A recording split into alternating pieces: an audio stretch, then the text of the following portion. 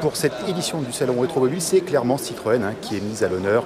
On la retrouve en effet sur l'affiche de cette 44e édition.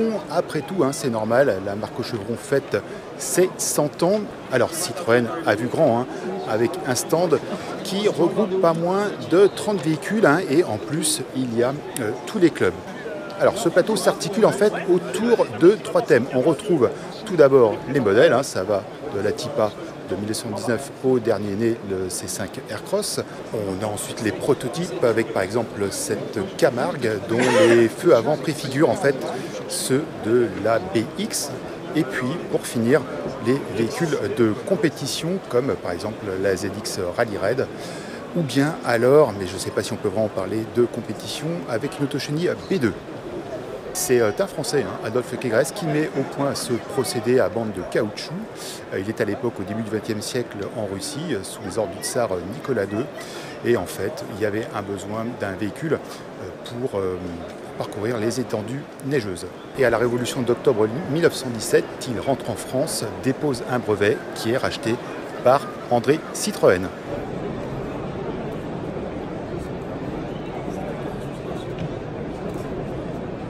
Ce véhicule qu'on voit ici à Rétromobile n'est en fait pas n'importe lequel, c'est le Scarabée d'Or, le véhicule de commandement de la traversée du Sahara. En fait, Citroën avait bien compris l'intérêt de faire parler sa toute jeune marque et il entreprend alors la traversée de ce désert en 1922 entre Togourt et Tombouctou. À l'époque, seules les caravanes de chameaux étaient capables de faire cette traversée et donc c'est la première fois qu'un véhicule motorisé effectue la traversée de cette étendue de sable.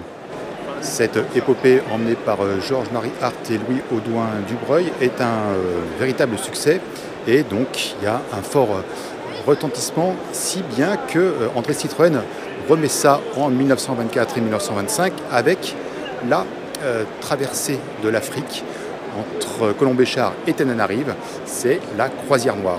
Et puis encore plus fort, la traversée de l'Asie entre Beyrouth et Pékin, plus de 12 000 km parcourus entre 1931 et 1932. Et pour revenir à ce Scarabée d'Or, plusieurs étudiants ont entrepris de reconstruire à l'identique ce véhicule.